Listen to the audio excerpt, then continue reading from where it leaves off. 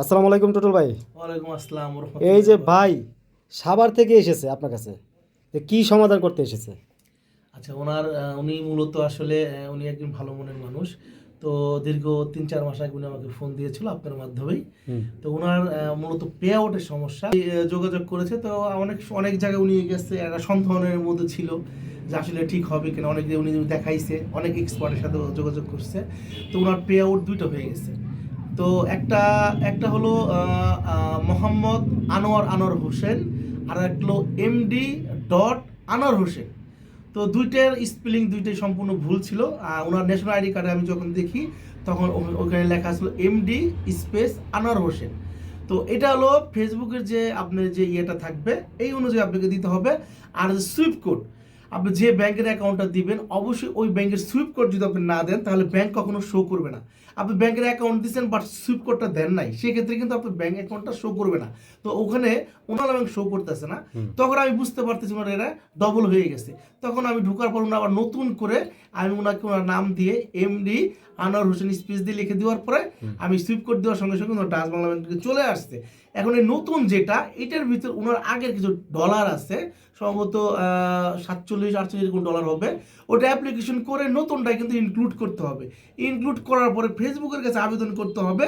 ওই যে দুইটা যে ডুপ্লিকেট আছে, দুইটা ডুপ্লিকেট যে অ্যাকাউন্ট হয়েছে ওটার জন্য আবেদন করতে হবে।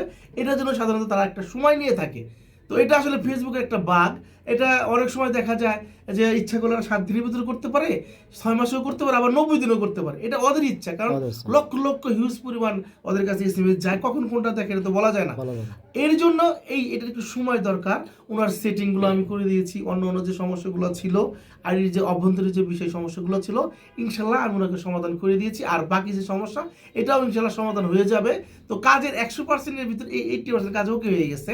তো এখন বাকি মন্তব্য আমি আমার ভাইয়ের কাছে শুনতে চাই, ওনার মনের অবস্থা। হ্যাঁ, অবশ্যই এইখানে এসে সমাধানটা পাইছেন, আপনার অনুভূতি কি? আপনার খুশি? আসসালামু আলাইকুম। আসলে খুশি বিষয় কি, আমি একটু ডিটেলস বলি। আসলে যদি আপনি যত সুশিক্ষায় শিক্ষিত হন না কেন, এক একটা বিষয়ের উপর এক একটা মানুষের এক্সপিরিয়েন্স, দক্ষতা এগুলো থাকে। আমার এই আইডি নিয়ে বিভিন্ন জটিলতায় ছিলাম। একদিকে হলো নামের সমস্যা, অন্যদিকে হলো পে আউটের সমস্যা। আমার অলরেডি 3টা অ্যাকাউন্ট হয়েছে। সেই সমস্যা আমি সাভারে শিমুল ভাই, যে বর্তমানে অলরেডি ভিডিও করতে আছে, এই শিমুল ভাইয়ের কাছে শুনলাম টুটুল ভাইয়ের কথা। তা আমি আজকে সকালবেলা ঘুম থেকে উঠে ফজর নামাজ পড়ে ছুটে আসলাম টুটুল ভাইয়ের কাছে। আসার পরে সে আমার আইডি দেখে বললো যে ভাই আপনার আইডি তো অলরেডি অনেক সমস্যা হয়ে গেছে। আসলে আমি কিন্তু ফেসবুকের কিছুই জানি না, আমি একজন হতভাগা। তা আসার পরে সে আমার কি করলো, সাথে সাথে নামের যে ঘটনা সে ডিটেলস বললো। ওইদিকে আমি যাবো না। নামে অলরেডি দেখাইছে যে এটা সমাধান করতে 60 দিন সময় লাগবে, তার মানে 2 মাস। সে সাথে সাথে যাওয়ার পরে আমাকে করলো কি 5 মিনিটে নামে সমাধান দিয়ে দিল। আর যেটা পে আউটের সমস্যা, এটা অলরেডি একটা অ্যাপ্লিকেশন করতে হবে, অলরেডি হয়ে যাবে। ভাই আমাকে আশ্বাস দিয়েছে হয়ে যাবে। ভাইয়ের কাছে এসে আমার কাছে খুব ভালো লাগছে কোনটা, সে আমাকে কাছে রেখে কোনো ছলচাতুরি না করে মোবাইলে সরাসরি দেখেছে ভাই কীভাবে দেখেন কাজ করতে হবে।